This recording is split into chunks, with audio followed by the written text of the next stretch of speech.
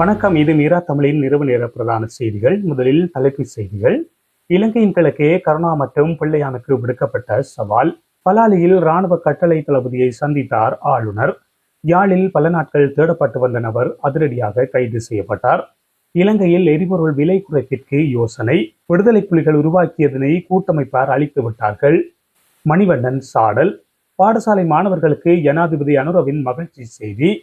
யாழ்ப்பாணம் தமிழ்நாடு கப்பல் போக்குவரத்து தொடர்பில் புதிய தகவல். மக்களை ஏமாற்றிய அனுர, கடுமையாக சாடிய சஜித் பிரேமதாச. பிரான்சில் இலங்கை தமிழருக்கு சிறை தண்டனை.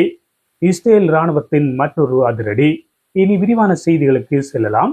வரலாற்றில் முக்கியமான மாற்றத்திற்கு கிழக்கு மாகாணம் தயாராகி வருவதாகவும், கருணா பிள்ளையான் யார் வந்தாலும் இதனை தடுக்க முடியாது என்றும் தேசிய மக்கள் சக்தியின் முன்னாள் நாடாளுமன்ற உறுப்பினர் சுனில் கெந்தினத்தி தெரிவித்துள்ளார். மட்டக்களப்பில் இடம்பெற்ற நிகழ்வொன்றில் அவர் இதனை கூறியுள்ளார். இது தொடர்பில் அவர் தொடர்ந்து கருத்து தெரிவிக்கையில், மட்டக்களப்பில் பழைய அரசியல்வாதிகள் பழைய கதைகளை கூறிக்கொண்டிருக்கிறார்கள். அனுரகுமாரவை தெரியும் என இங்குள்ள அரசியல் தலைமைகள் கூறினாலும் அரசாங்கத்தில் அவர்களுக்கு இடமில்லை. குறிப்பாக மட்டக்களப்பில் பிள்ளையானின் அரசியல் முடிவிற்கு வந்துவிட்டது. மேலும் அரசு சலுகைகளை பாவித்தே ரணில் விக்ரமசிங்க பிரச்சாரம் செய்து கொண்டார். அவ்வாறே சஜித் பிரேமதாசவும் பிரச்சார செயலை முன்னெடுத்திருந்தார். அவர்கள் ஆட்சி அமைக்க முடியாத காரணத்தினால் மக்கள் மத்தியில் எங்களை பற்றி ஒரு பயத்தை உருவாக்கியிருந்தனர். ஜோன்ஸ்டன் பெர்னாண்டோ, ஹெகான் ரத்வத்த போன்றோருக்கு அதிகாரத்தின் மூலம் இனிமேலும் களவாட முடியாது. அவர்கள் நீதிக்கு முன்னால் வரக்கூடிய சூழல் ஏற்பட்டிருக்கின்றது. இது ஆரம்பம் மாத்திரம்தான். அரச காரியாலயங்களில் ஜனாதிபதியின் உருவப்படம் பொறித்த புகைப்படங்கள் அமைந்திருக்கும்.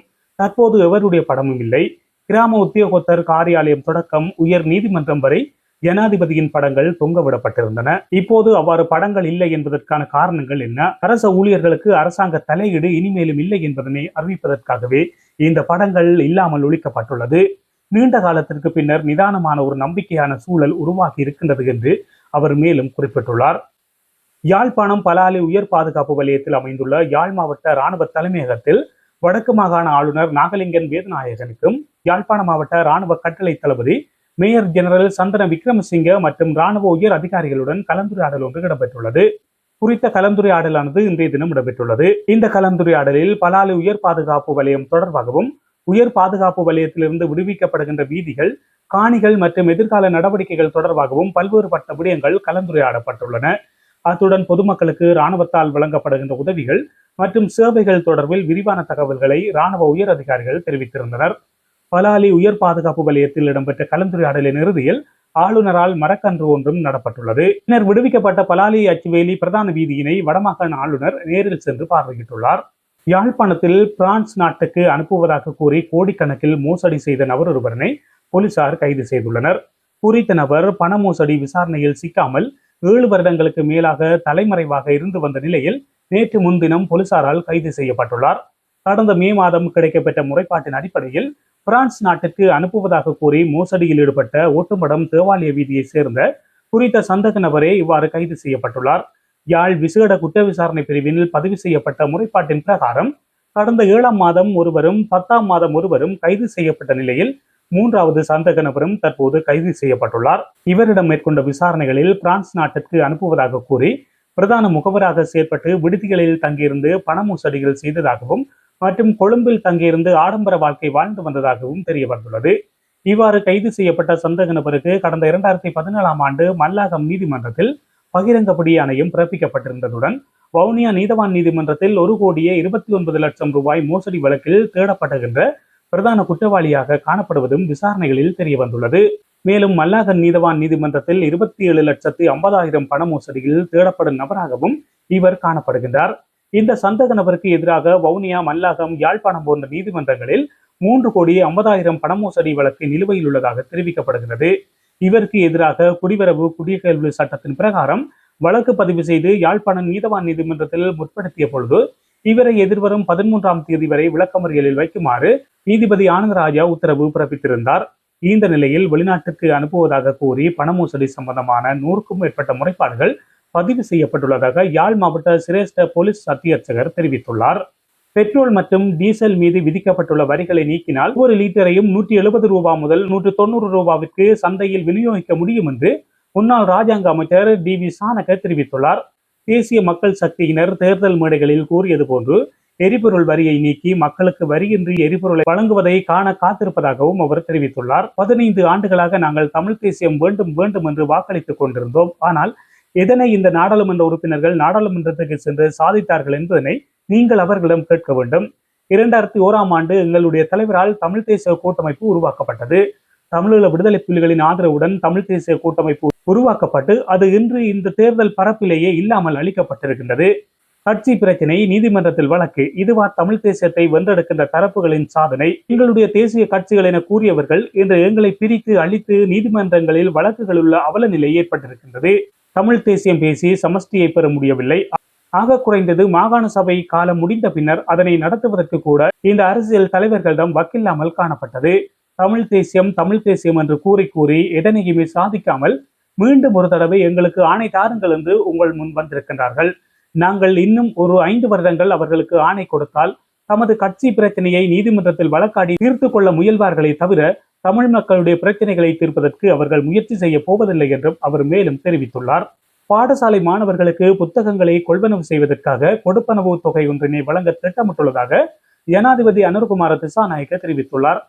கண்டியில் இன்று நடந்த மக்கள் சந்திப்பொன்றில் கலந்து கொண்டு கருத்து தெரிவிக்கின்ற போது அவர் மேற்கண்டவாறு குறிப்பிட்டுள்ளார். இதேவேளை 2025ஆம் ஆண்டில் கல்வி மறுசீரமைப்பின் கீழ் தரம் 1ற்கு 8 பாடங்கள் அறிமுகப்படுத்தப்பட உள்ளதாக கல்வி அமைச்சு தெரிவித்துள்ளது. அத்துடன் எதிர்வரும் 2025ஆம் ஆண்டில் தரம் 1, தரம் 6 மற்றும் தரம் 10 ஆகிய தரங்களுக்கு புதிய பாடத்திட்டம் அறிமுகமாக உள்ளது. இந்த நிலையில் இந்த புதிய பாடத்திட்டத்தின் கீழ் சாதாரண தர பரீட்சை 2026ஆம் ஆண்டின் ஆகஸ்ட் மாதத்திலும், உயர்தர பரீட்சை 2028 டிசம்பர் மாதத்திலும், தரம் 5 புலமை பரிசில் பரீட்சை 2029ஆம் ஆண்டில் நடைபெற உள்ளது. 2029ஆம் ஆண்டிலும் நடைபெற உள்ளது. மேலும் சுகாதாரமும், உடல் கல்வி, விஞ்ஞானம் மற்றும் தொழில்நுட்பம் போன்ற பாடங்களில் போதுமான அனுபவம் இல்லாத ஆசிரியர்களுக்கு பயிற்சி வழங்கப்படும் எனவும் கல்வி அமைச்சு தெரிவித்துள்ளமை குறிப்பிடத்தக்கதாகும்.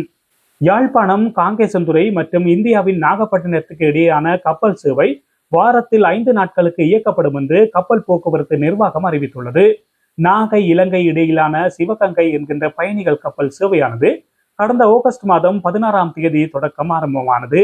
நாகை காங்கேசன்துறை கப்பல் சேவை முதலில் தினந்தோறும் 2 மார்க்கத்திலும் இயக்கப்பட்ட நிலையில் பயணிகள் முற்பதிவு குறைவாக இருந்ததனால் வாரத்தில் செவ்வாய், வியாழன், ஞாயிறு என்று 3 நாட்களாக குறைக்கப்பட்டு இயக்கப்பட்டது.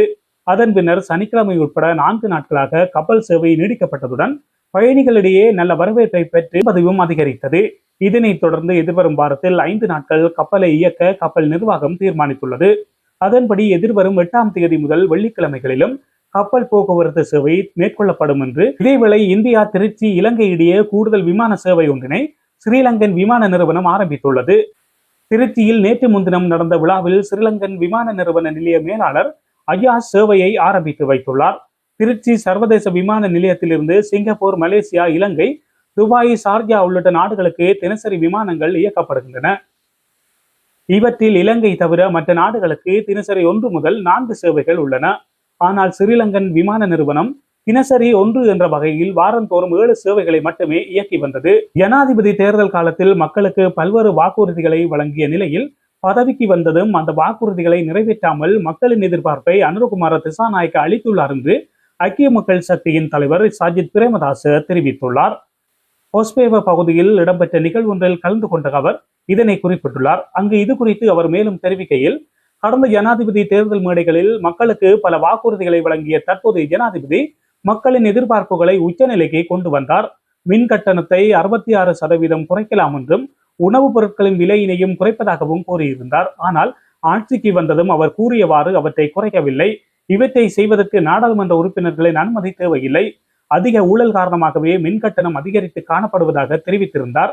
நாட்டில் நிலவிக் கொண்டிருக்கின்ற பெரும்பாலான பிரச்சனைகளை விரைவில் தம்மால் தீர்க்க முடியும் என்றும் கூறினார். எனினும் ஆட்சிக்கு வந்து இன்று வரை அவரால் மின் கட்டணத்தை குறைக்க முடியவில்லை. பாட்டாளி வர்க்கம் என்று கூறிக்கொள்ளுகின்ற ஜனாதிபதி எரிபொருள் விலை திருத்தத்தை முதலாளித்துவ வர்க்கத்திற்கு சலுகைகளை வழங்கியுள்ளார்.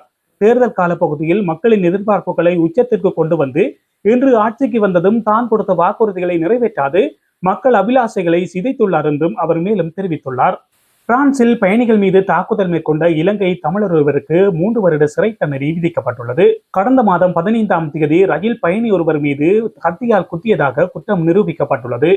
இந்த நிலையில் குற்றவியல் நீதிமன்றம் அவருக்கு சிறை தண்டனை விதித்துள்ளது.